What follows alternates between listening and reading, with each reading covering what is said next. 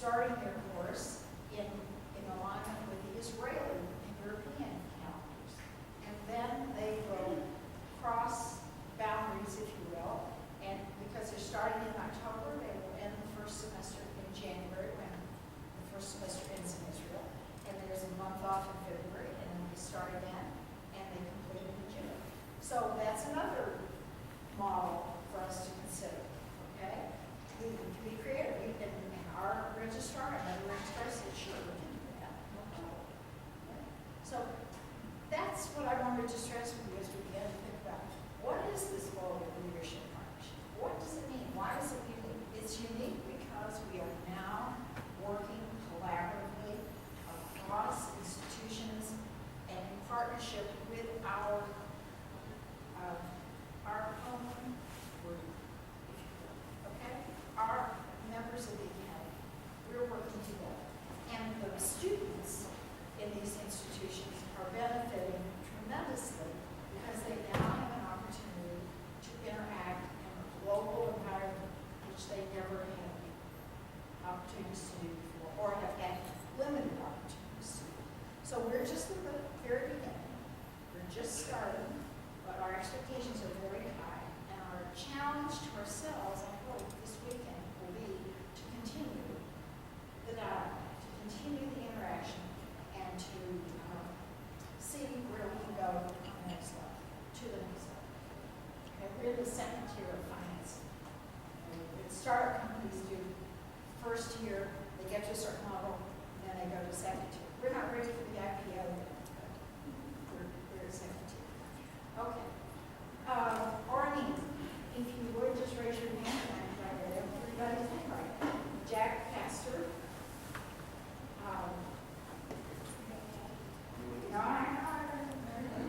This is Noreen Turan. Thank you. Basilius Abba. Right? Rachel Ravi. Yitzhak Hanan. And Moshe Shner, our colleagues from Israel Relations. And I did introduce on that state, okay? So with that, I will turn the meeting over to Dr. Love, and he in turn will introduce Dr. Shner. And again, we thank you all for being here.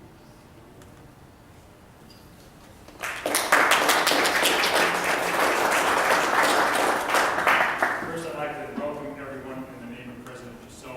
Glad to have visitors here. We're glad to provide the opportunity for faculty and students to engage in a dialogue that leads to deeper learning. This is a symposium. Unlike Plato's symposium, we do not have couches for you. We hope that we fed you well, and we will engage you in ideas. For you to give you an idea of how this started, it was part of a longer tradition, much longer tradition. In the Canton area, before, in the 90s, I first went to Israel in the year 2000. There has been a large battle, Marco Lotman, for many, many years, went back and forth. And then there was a dual cities, the Western Galilee and Canton, entered into a partnership 2000 in the 1990s. So there's been a lot of discourse. We've sent professors across, we've had visiting here. When I was in the faculty, Rabbi Spitzer and I would have visiting scholars from Israel every year. So we did that for 8 or 9 years in a row. Dr. Berry then took it over and had people come in. So we've had a long, constant crossing back and forth, so this is not strange. So in a sense, I think we all are in a common fate at this point. If you're an educator in this particular point in time, you're faced with a very specific historical crossroads.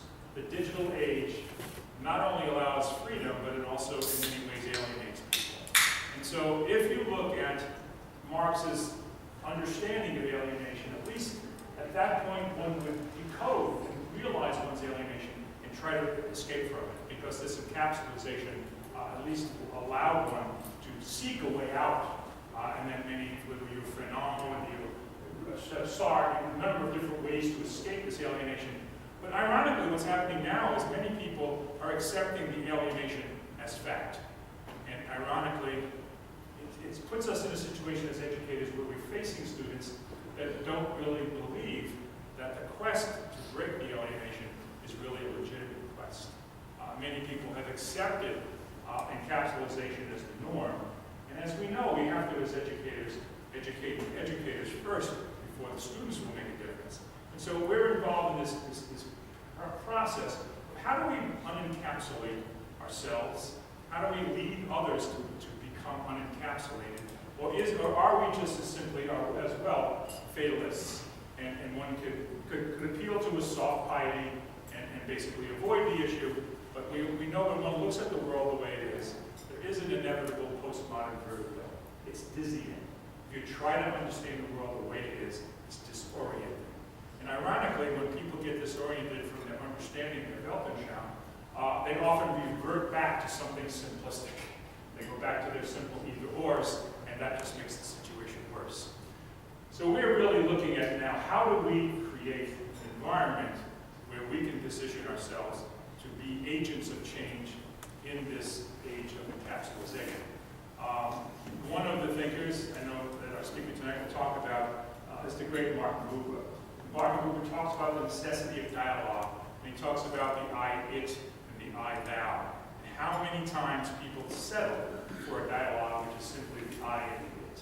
And just as Clash, you can see many movies, we can talk about movies, that movie Crash, where people just bang into each other, seeking their own needs, their own ego needs, and that's what reality is to them, and then they die.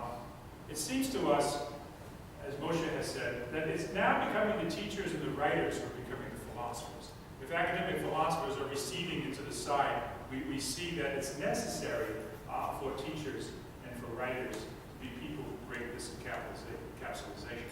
And so that's the purpose of why we've been doing this, and why we would support this. It's a partnership.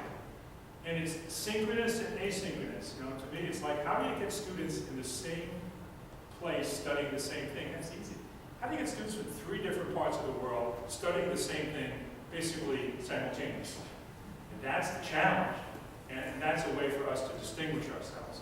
I think there is a tremendous need to study the post-Holocaust situation of our particular world. One only has to look to Kenya, any number of places to see evidence where people resort to mass brutality and violence as a norm. And so we either have to give into that, as many of our students may have, or we have to be agents of change. So I see this as truly a symposium in the Platonic sense of deep dialogue that changes the way one sees and one behaves. And I think we can distinguish ourselves and use the benefits of the digital age to kind of help others receive that sense of how can we dialogue and encapsulate ourselves and others at the same time. So that's really important.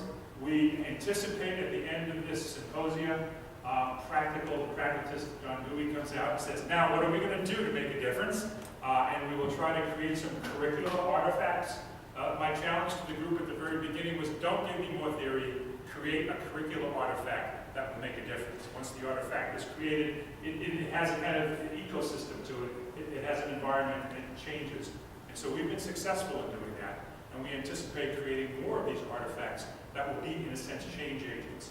The one that I hope comes out of this is some type of MOOC or book that we can offer to high school teachers on Holocaust studies. We have hundreds of United States social studies teachers that need to get educated in about studying the issues around the Holocaust, what led us to the Holocaust, the failure of conscience in the Holocaust, the ability to accept violence as normal in the Holocaust. All of those facets have to be articulated, taken off the shelf, and dusted off in a sense, so people can re-engage with them. I think an open source course that we produce asynchronously can be really a gift to educators across the country. It can be a mark of our symposium, but also in our partnership, that we can actually do something and be change agents on a national and international scheme. We certainly have the talent, and I think we can get the funding to pull something like that together. Comes off a long tradition. Our speaker tonight, Moshe Shner, Moshe's mother and fathers left Europe and came to Israel and established one of the early kibbutzes. And one of those kibbutzes was dedicated to the people who were the ghetto fighters and the remnants of ghetto fighters. Lohamei HaGedut is the name of the kibbutz. His parents started that kibbutz. He was raised on that kibbutz. He still lives in that kibbutz. And that Ghetto Fighters group, if you know the story about the Ghetto Fighters in Poland, we're a group that basically stood against the Nazis and basically refused to accept what was in store for the plan that Germany had for them at that point, at least the Nationalist Socialist Republic. Those kinds of dialogues led to a museum, led to a book sharing program that was low-tech, but basically had high school teachers sharing resources and working together across the continent and trying to match students up in an era where the technology was not as helpful to us. So we are in a situation now where we can still make further difference. The dialogue, the voices have gone beyond dialogue. There are many voices. We have individuals who talk about Islamic text, we need to talk about the Christian text, the totalitarianism that's still around in the United States.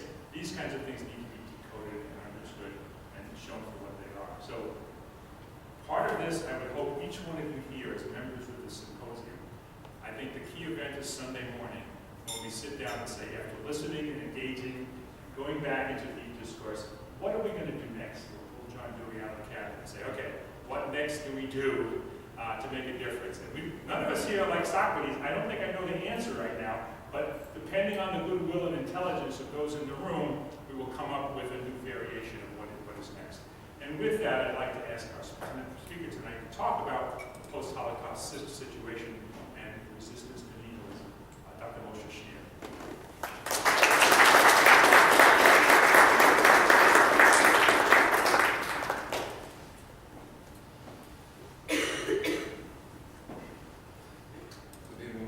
Thank you very, very much. First of all, Rita, my dear friend for many years, thank you very much. You know, this program is unique because behind it stands a unique woman. The only person in the world who I know of becomes younger every year. So, but without her dedication and great spirit and vision, nothing would happen in this global partnership. And as you said at the end, I will start with a Socratic point of view, and I lead with the Jewish tradition to the Sunday morning, and I raise here some questions and not answers. As I told already, I admitted already that I have only partial answers to the challenge that I will put in front of you. And this is such a wonderful evening and wonderful meal and wonderful friendships. But my words will be at the beginning a little bit gloomy, because I want to talk about a situation of crawling despair, sometimes something behind the scene, behind the radar of our eyes, of our senses, something that endangers the world that we are living in. And I wanted to put it in front of us, in the center of our discussions, and then hopefully on Sunday together we'll have some kind of answers to this challenge. You know, we came to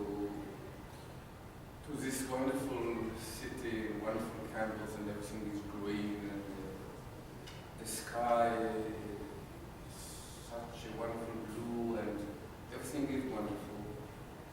And I always remember that the skies were blue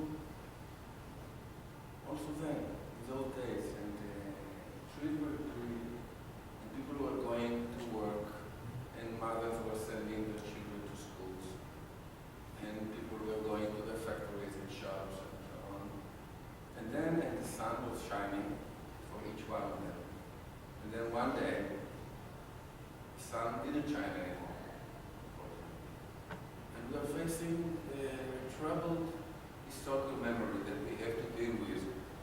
And I want to put it, a despairing memory, in front of us, and see that later on we have 3-4 days to discuss it, how we deal with this despairing situation. And I'm sorry, I apologize if it is a little bit too gloomy for this wonderful setting. I came from, as Larry said already, from a community that was built by Holocaust survivors, 1949 and 1949.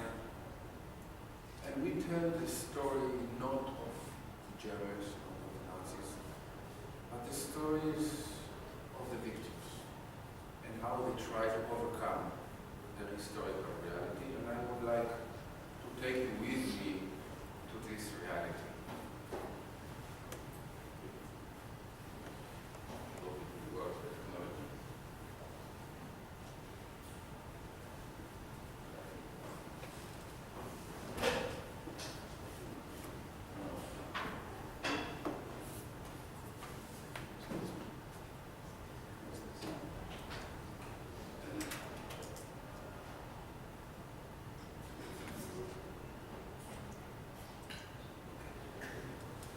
So first of all, what we ask, following the 20th century, 2 world wars, the Holocaust of the Jewish people, genocide of other targeted groups, all of them shed dark shadow over our image of humanity.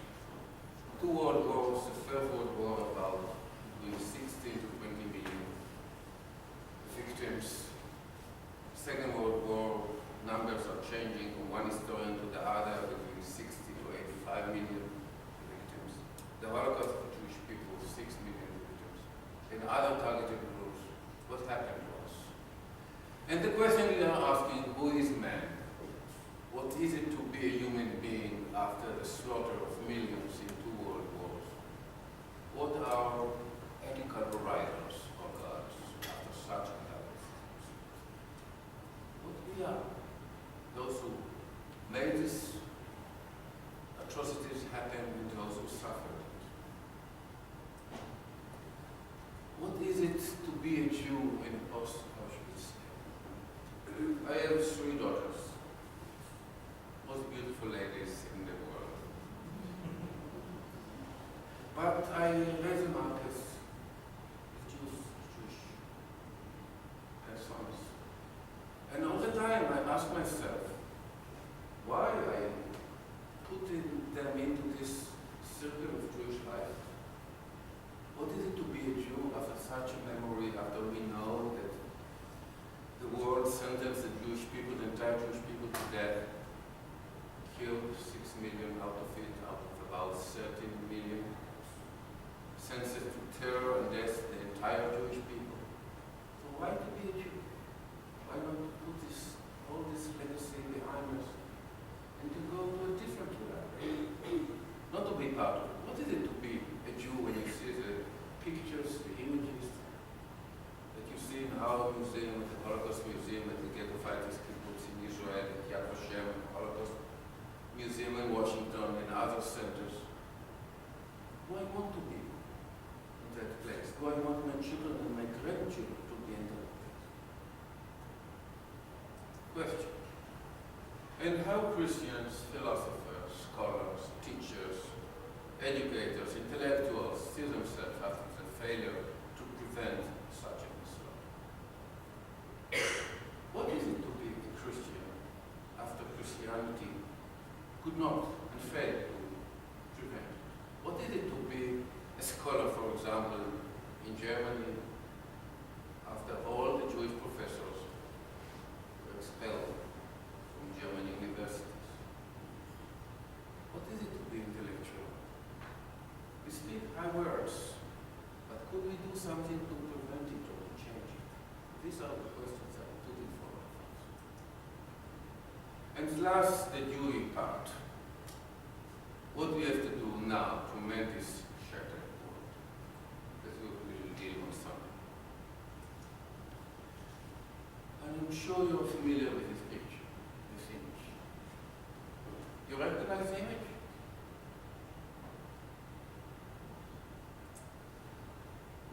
Manhattan, ground zero, after September 11th. This is the metaphor I want to use, just to get you to understand that the Jewish people is a disaster already. Ground zero. I don't know if you understand what happened to the Jewish people. I will try to explain it to you. And of course, other populations suffered destruction as well, gypsies, homosexuals, Romanians, Cambodians. But 6 million out of 13 million. I I met a scholar, a Turkish scholar, 3 weeks ago in Riga in a conference. And he was complaining about the role of Jewish money in the world, controlling the economy and the politics of the United States and other places. And I asked him, how many Jews in the world? Thinking that at least 50 million. And I revealed to him the secret that we are now about 40 million. Only 40 million, and we were 30 million in 1939. Out of them, about 6 million Jews were married. And I want to speak with you about the hidden Holocaust, the story of the victim. Because such catastrophes much have its impact on individuals and groups. Usually when we speak about genocide and we speak about catastrophes like that, we talk about the story of the perpetrators. Genocide studies deal with Nazism, failure of democracy in Europe, the rise of fascism, totalitarianism, and then those armed murderers who tailored and then led the final solution and created the death camps, etc., etc. But sometimes we forget to deal with the story of the victims, the hidden victims. And you go to the Holocaust Museum in Washington, and you see those images. The victims are in white clay, without faces, without names. The names are of the perpetrators. They are nameless. And we deal with the victims, but let's, for example, we were sitting with a group of women who suffered sexual harassment. And instead of talking about what happened to these women, we will be talking about the boys, the guys who harassed them. Why they harassed them, what we can do to change them, how we should prevent it in the future. And we neglect the terrible story of those women. Usually in Holocaust education, in genocide studies, it's much easier to talk about the rise of Nazi Germany.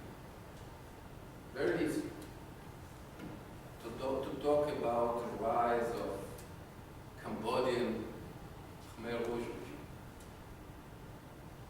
But what happened to the victims and to the heir of the victims, to their children, to the survivors? That's what I want to deal with. And understanding takes time. We just begin to grasp the loss. Just about 6 weeks after the September 11th here in America, I came for the first time after that to New York, and I met a few of my Holocaust studies colleagues there, and I asked them how America will be now, how New York will be now. And I thought for a while and I said, it takes time to understand.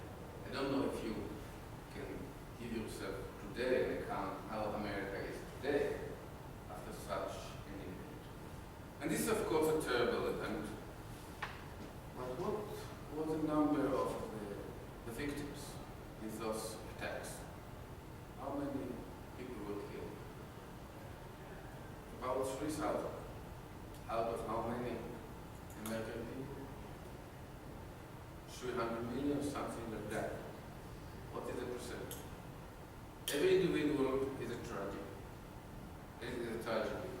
But still, a nation suffered 3,000 out of 300 million. And they said rightly, it will take time.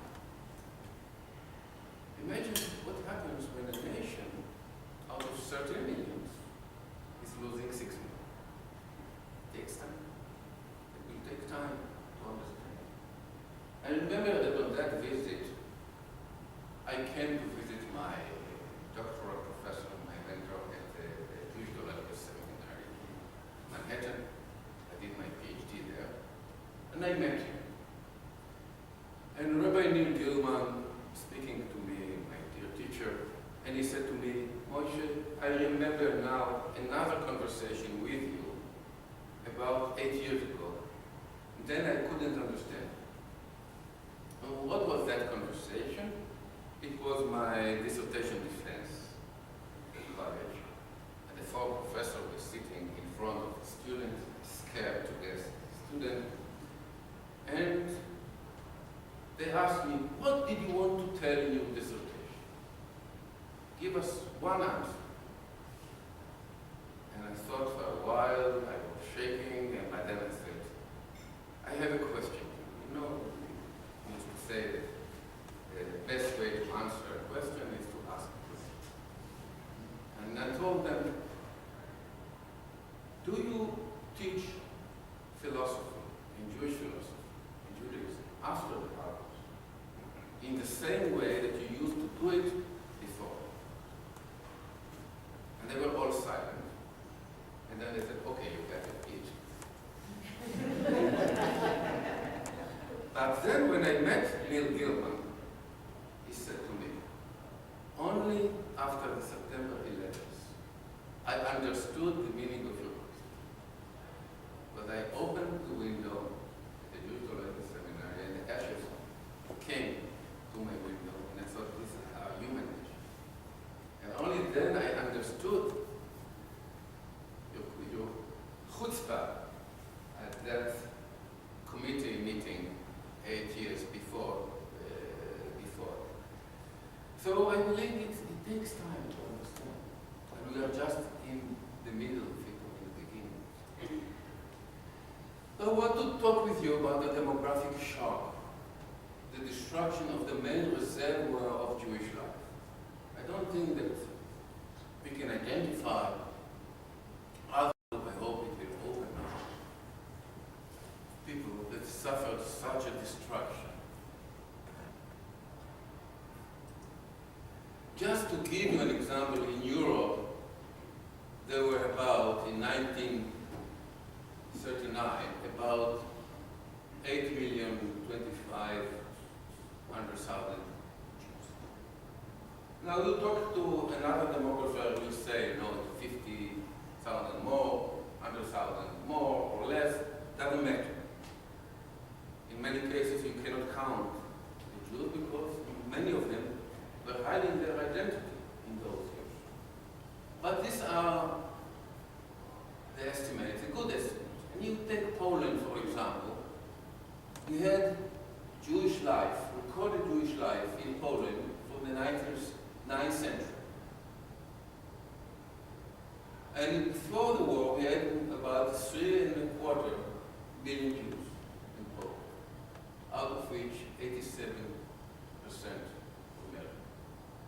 Others say 88, 89.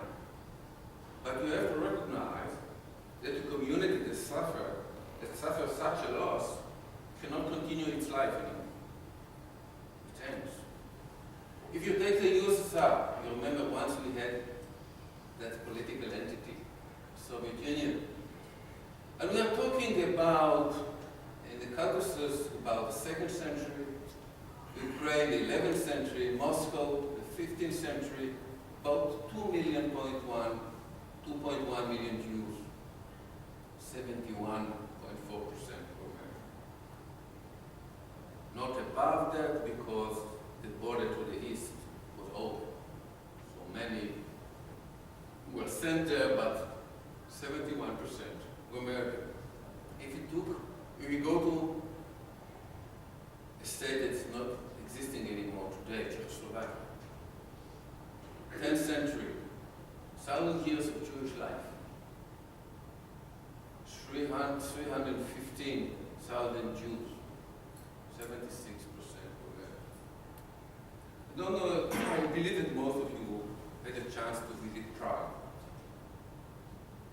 Beautiful city.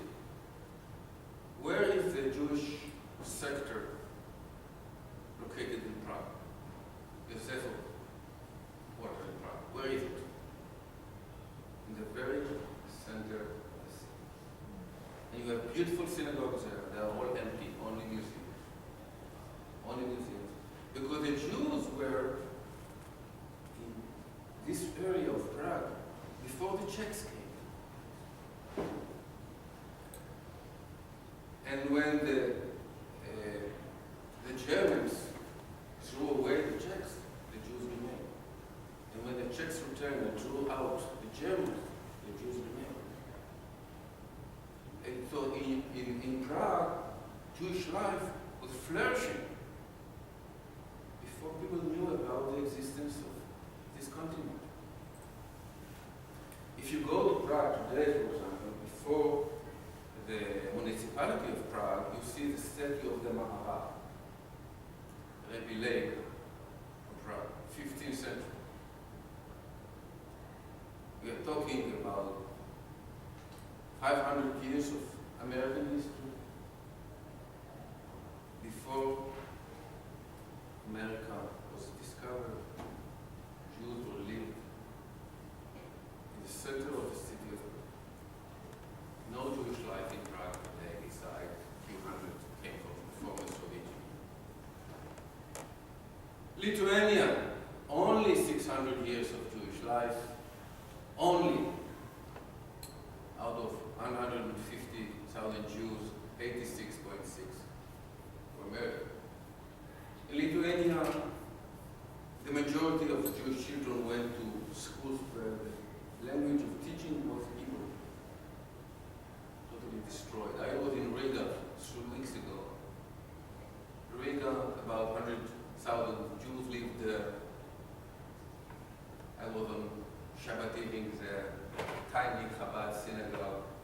You cannot see Jewish life in the streets. You go to Yugoslavia, 1800 years of Jewish life ended. You go to Greece. At our museum, we had recorded history, 2100 years of Jewish life in Salonika. The Salonika port was closed on Shabbat, on Saturdays. No Jews in Salonika today. About 80% were murdered in Auschwitz. So when we are talking about the end of Jewish civilization, we have to understand that Jewish life in Europe came to an end. I want to add something. At the end of the 19th century, about 80% of the world Jewry was European. Between Berlin and Moscow, Vilnius and Salonika, about 80% of the Jews.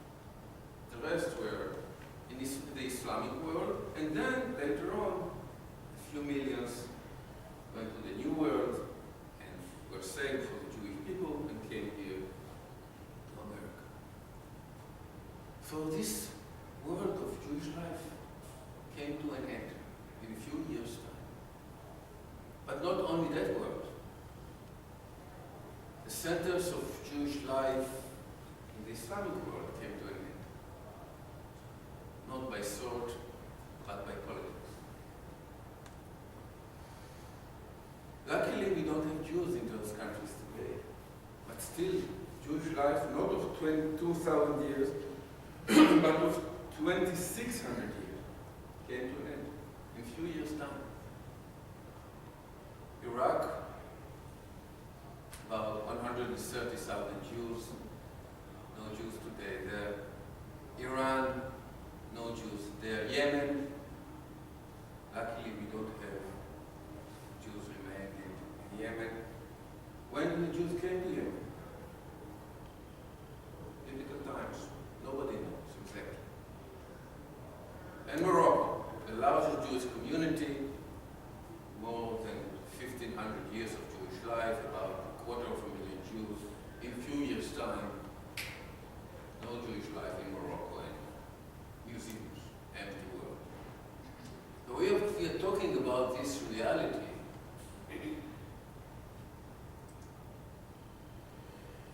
The destruction of the main reservoir of Jewish life.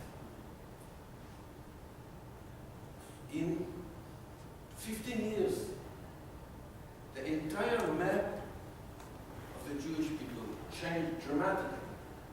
Not one stone remained unturned. What is the youngest Jewish community,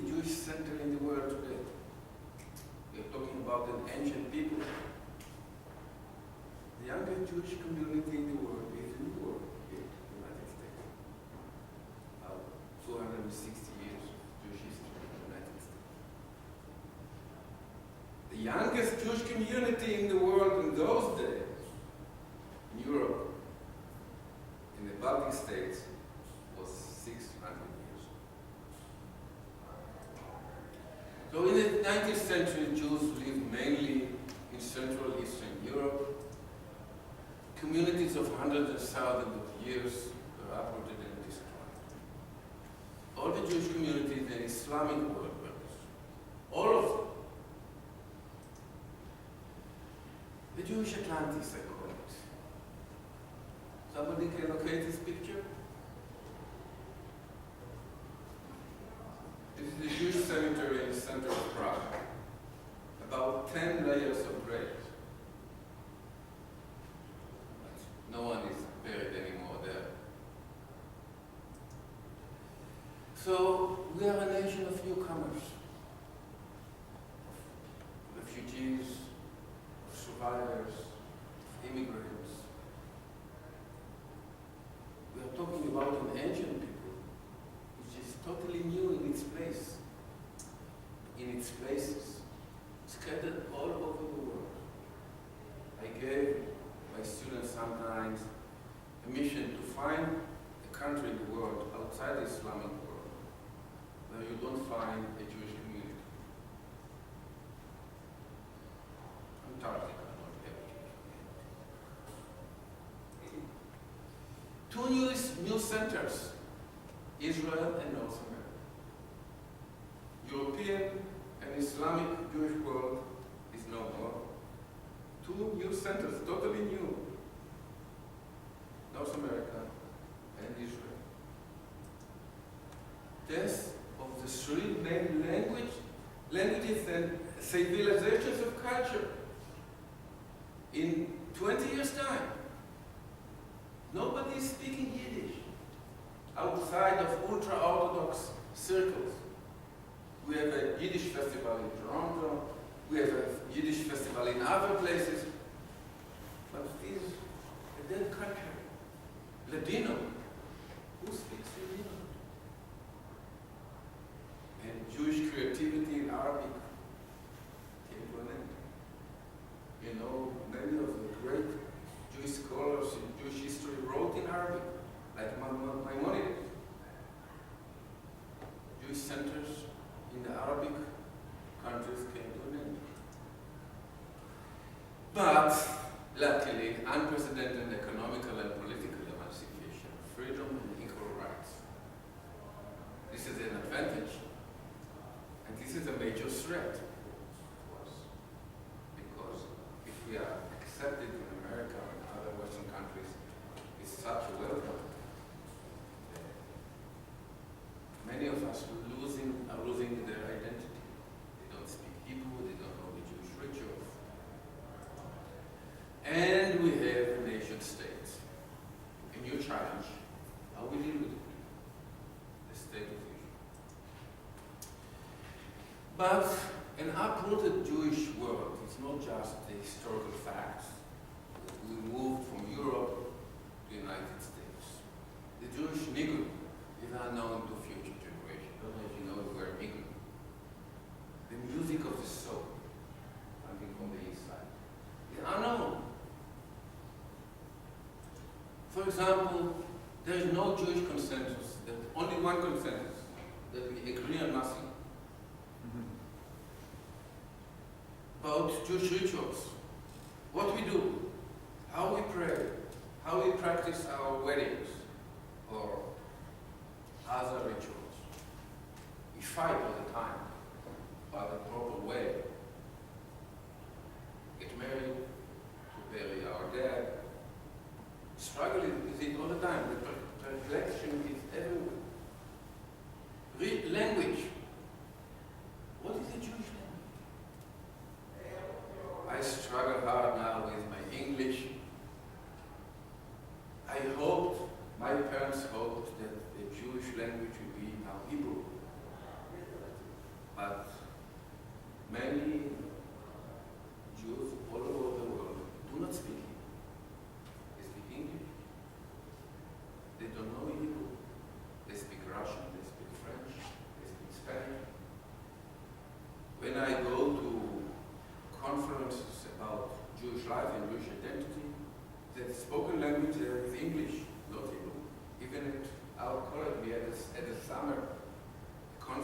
about Jewish tourism. And the language of the lectures were English, not Hebrew. Way of life. How Jews should live. There is no one way of Jewish life today anymore. You take two Jews and ask them about Jewish life, you get three answers. A set of values. Many like to speak about Jewish values. It's an open phrase. It's an empty phrase. Because the guy that murdered the Israeli Prime Minister spoke about this act in terms of Jewish values. And Israelis on the left side speaking about human rights as Jewish values. There's no agreement about Jewish values and no agreement about the Jewish text. What? Can we come together around the text? Many of us study the Bible. We know the Bible academically. But when I travel, I don't take a Bible with me, like my grandfather used to do. I take my cellular phone or my laptop, but I don't have this text with me as a guide, as a spiritual GPS for my life in others. But we have something in common, a common memory of the tragedy of yesterday burned into the soul. You all remember what happened. But this is a problematic text to bring us all together. Our lost grandparents. These are two of my grandparents. Abba Shner, the father of my father, Golda Shner, the mother of my father. And you can guess, these are my three daughters. The picture was taken about 18 years ago.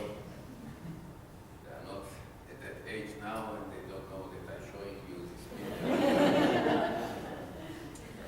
But I want to tell you the cultural gap, a historical gap between those generations.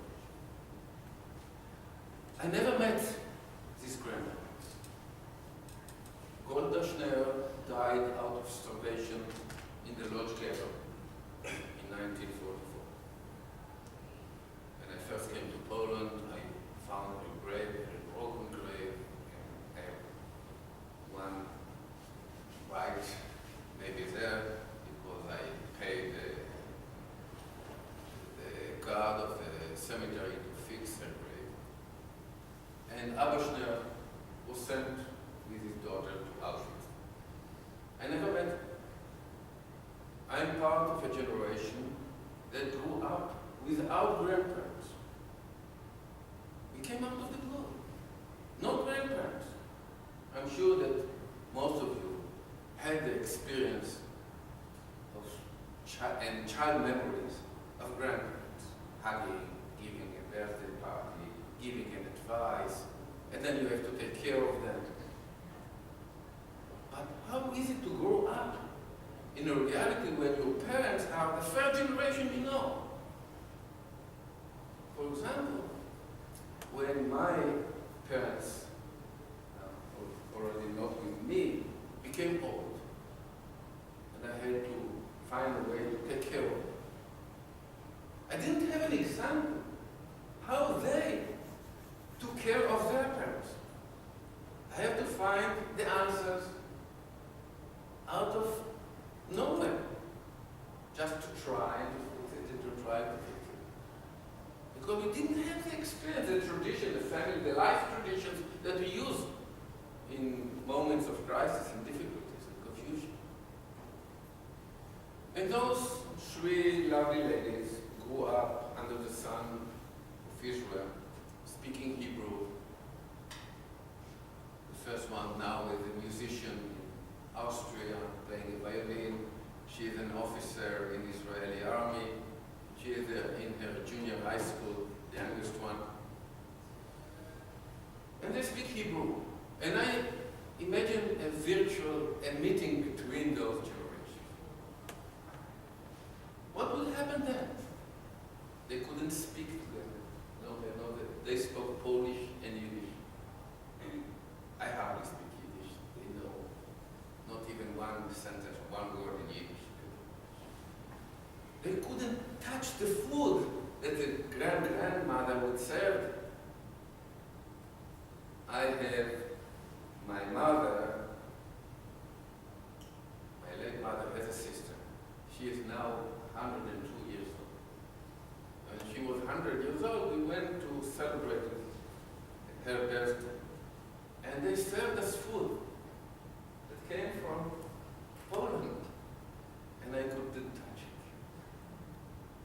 I couldn't touch it. We spoke about hummus earlier. I cannot go through a week without a good plate of hummus. But my father, chickpeas, but my father couldn't touch hummus. So, no, what are the common things between our generation? They were observant Jews. They are secular because of me. They had different climate, different geography, different culture, different way of dressing, different everything. The chain of generation the Jews were so proud of, it was totally broken. In the same in other groups who suffered genocide. And go to more abstract issues, but not less important. What is the meaning of history? Jewish, Christian, and Islamic theologies saw the world as a reality of order and justice, governed by God, good and just God. He cannot suffer chaos.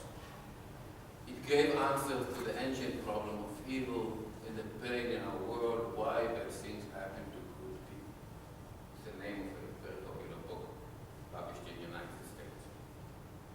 And human beings all over the world struggle with great questions as pain, evil, illnesses.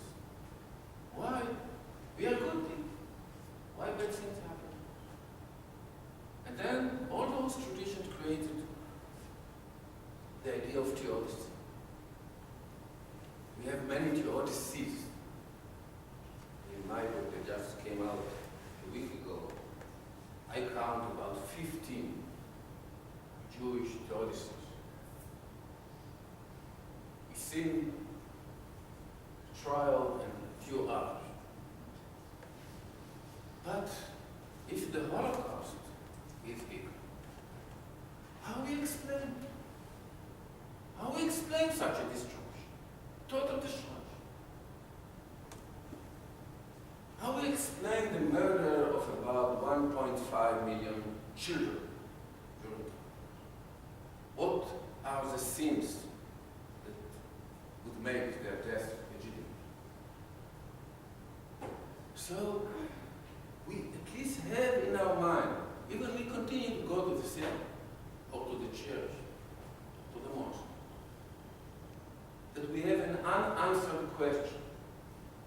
Why God let Auschwitz operate such a amount?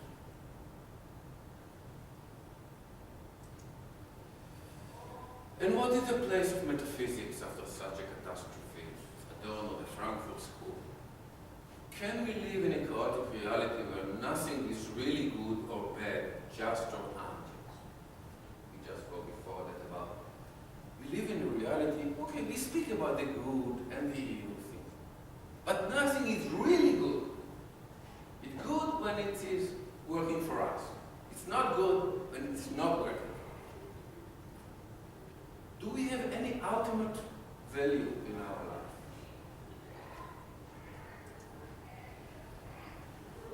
So let's open it a little bit. What is the meaning of rationality and education? I come into my class and I ask my students, why we learn, why we go to school? They want to be teachers. So I ask them, why you're going to be me, teacher, what you are going to do? And then I asked them, do you believe that education makes people better? Better people. And they look at me.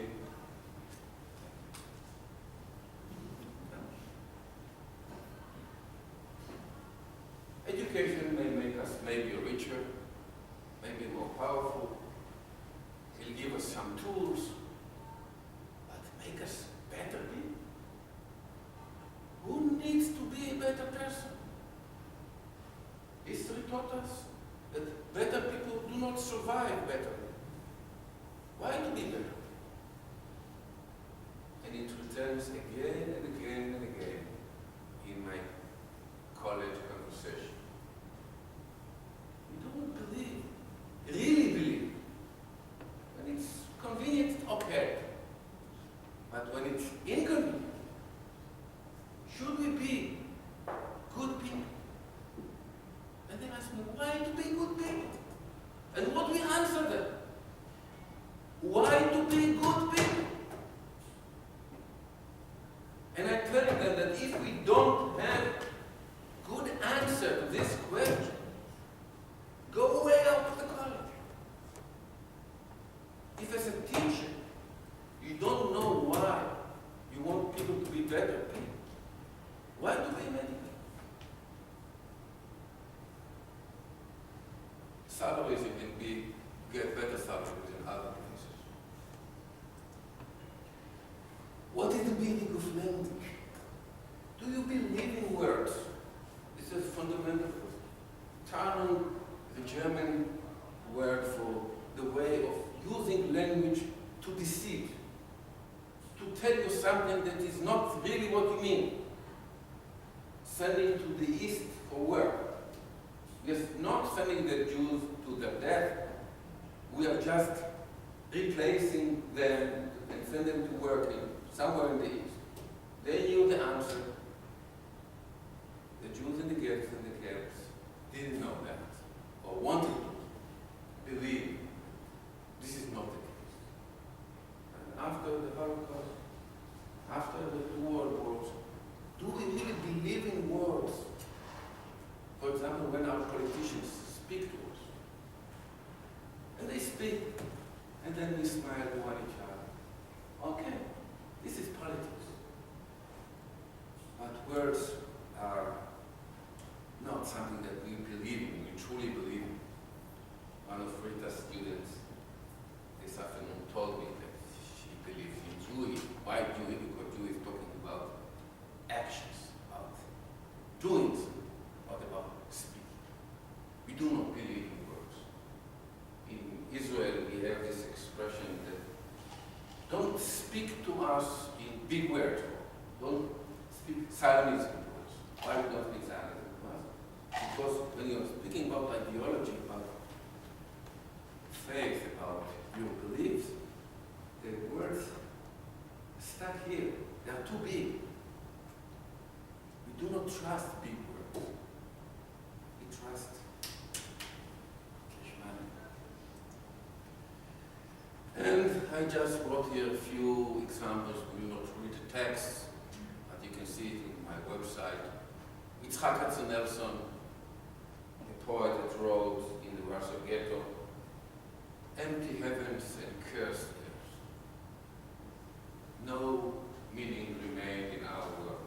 He's talking to Ezekiel, the prophet Ezekiel, about the valley of the dry bones, where Ezekiel was prophesying about the returning to life of the dry bones, Jewish people who return to life.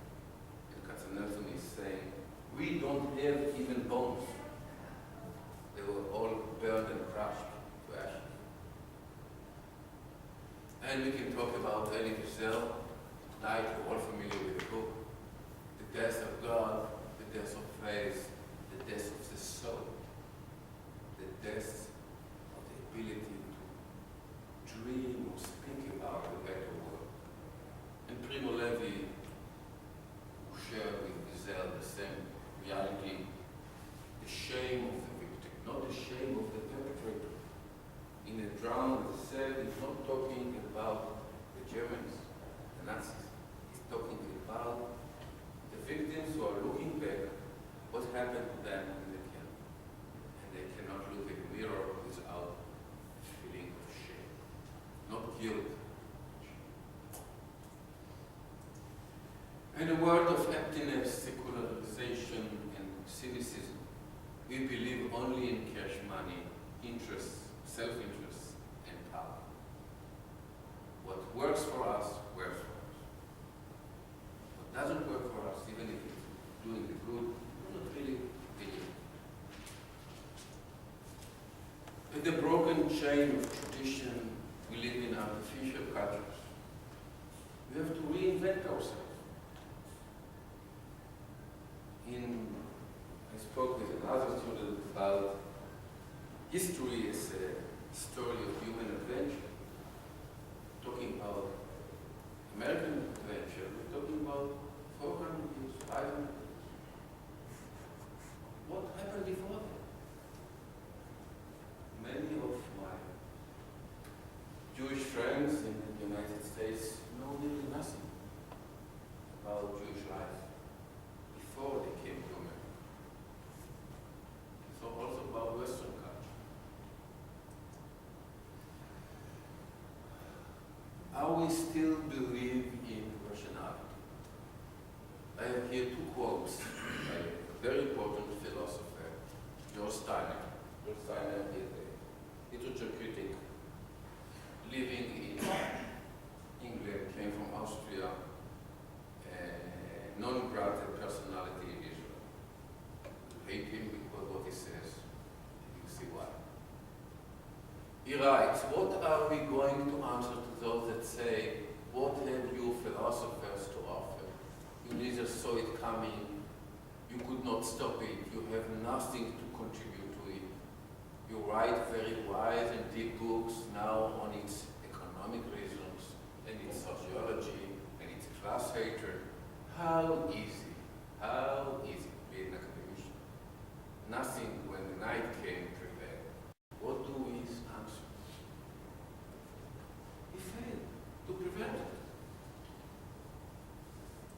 And about education, he writes, what we say to our students or children about education. Before we can go on teaching, we must surely ask ourselves, are the humanities humane? And if so, why they failed before the night? And when we talking about the night, it's not only the Holocaust, the entire 20th century, 2 world wars, Jewish Holocaust and other genocides, and the atomic bomb. This is what we have to answer here together. The age of the refugee, Jewish homelessness, hundreds of millions of refugees all over the world seeking a new home, not only Jews. We have millions and millions and millions, and that's why we call it the age of the refugees. And generally, fantastic philosopher and writer. I was walking one day along Broadway in New York City, and there were book tables all along the street, and then I saw one book that caught my eyes. I never heard about him before.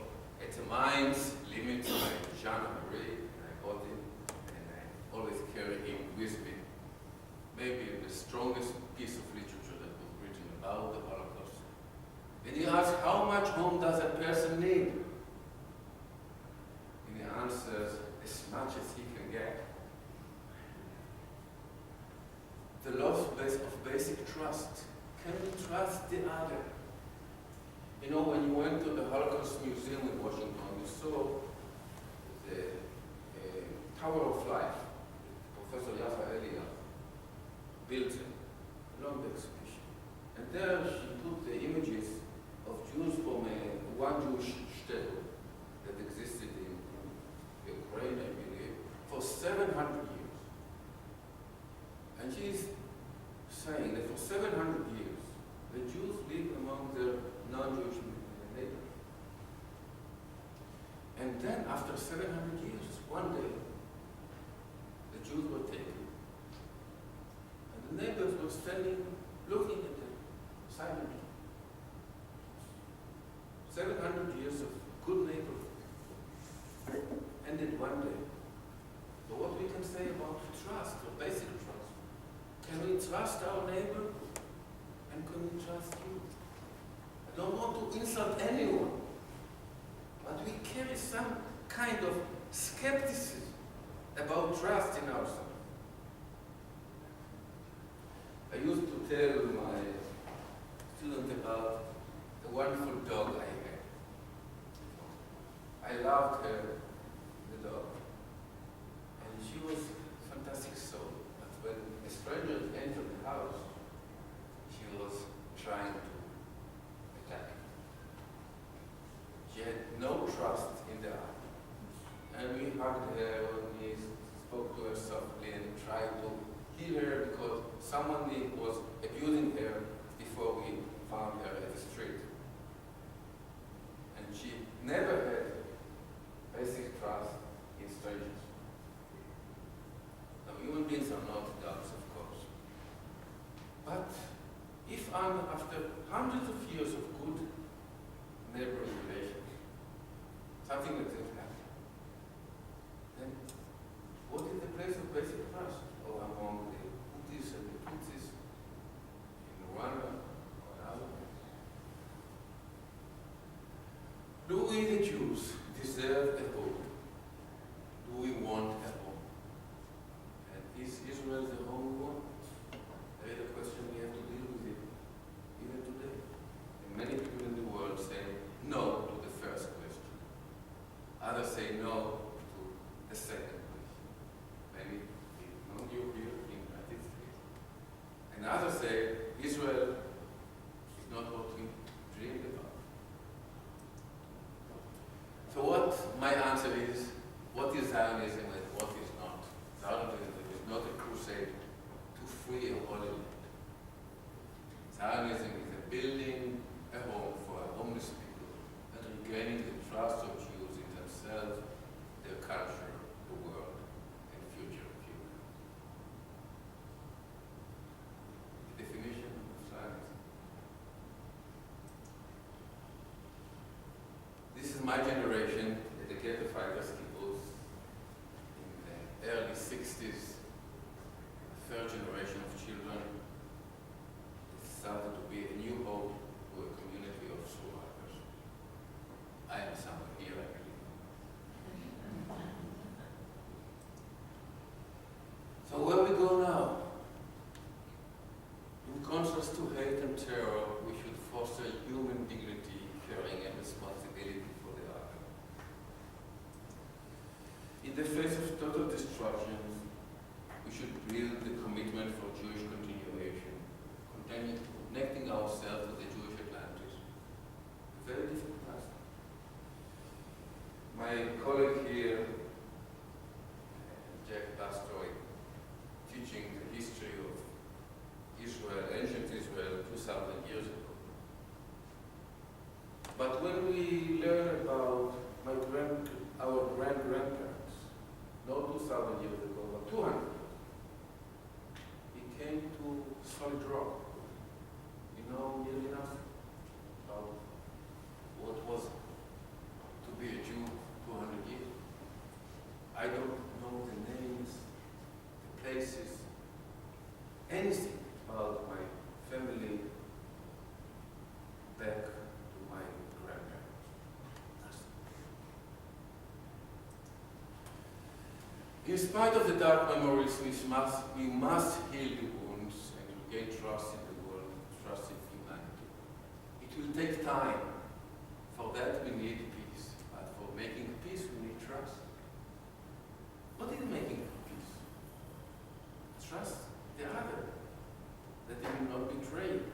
But if John Paul Sartre said that the other is hell, this is a struggle of Levinas and dealing all the time with responsibility for the other. But can we trust the other? If we want to make peace, how we can trust the other? Because history told us that we can trust only tanks, planes, and atomic bombs.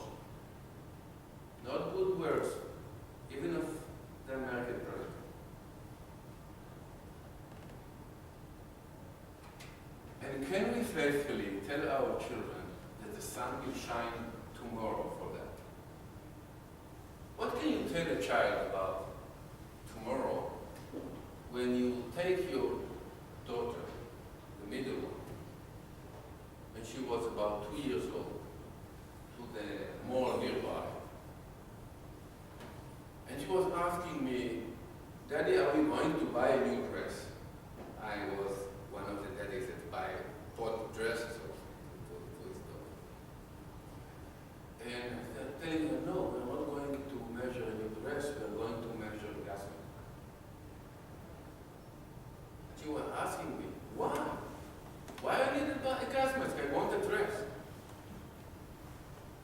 I tried to smile, I tried to make out of it a non-issue, but still returned home with a box with a child gas mask.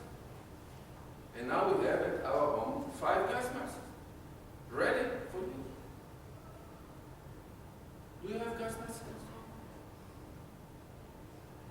No. Shouldn't. Human civilization, including its great traditions of faith, culture, and science, should be re-examined. Can we tell our students in good faith that education makes people better? So, final words. This is the essence, so I believe, of humanistic global discourse, what we will here. And I use the words of one French philosopher, André Lehay. The Holocaust is a return to chaos which we must first have the courage to enter if we wish to find our way out of it. Otherwise, there can be only false exits and spurious thought without any grasp of reality. You have to enter chaos. So we try to deal together with our past, our dark memories, and our great ideas, and weave together our fragile whole for the future. That's what we're trying to do with the GM. Thank you.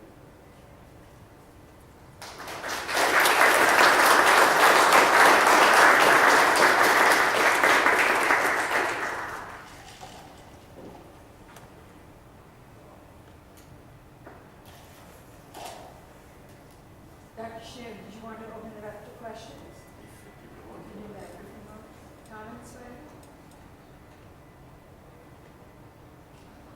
Yes. Mary.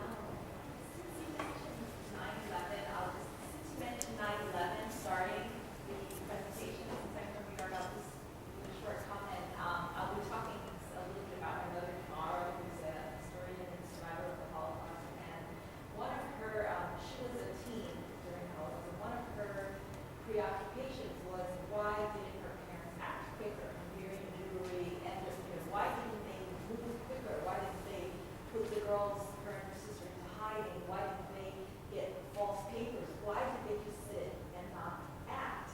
And that was something she dealt with all of her kind of professional career. And after 9/11, being a New Yorker, she said to me, the survivors were talking about it, and we know why they didn't act.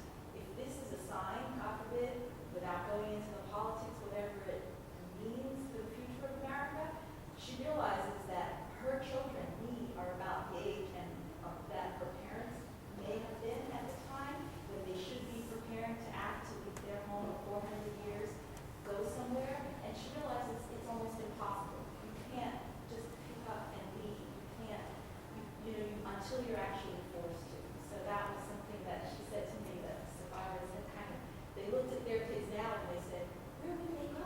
What would they do? If this is a sign, they can't act on it. Or to give more clues. John Steiner answered this question. We have to be always with a suitcase ready.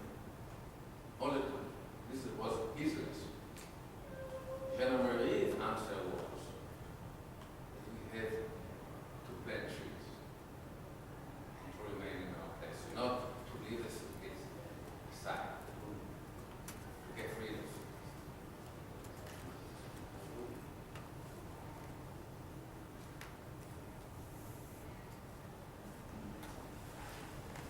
Okay, well, there is no reason why anyone has to heart, you're more than welcome to stay. I think there's still coffee and we can talk, certainly.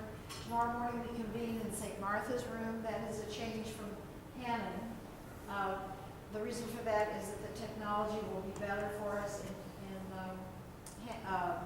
St. Martha's, and also because if you look around the room, the size of the group grew. So we're delighted that you're here. Thank you for being here tonight, and I appreciate very much on behalf of everyone your remarks, Dr. Shner and Dr. Bode. Thank you very much. Thank you all for being here, and if there are no other reasons we have to be so formal, let's go to the informal mode. Okay?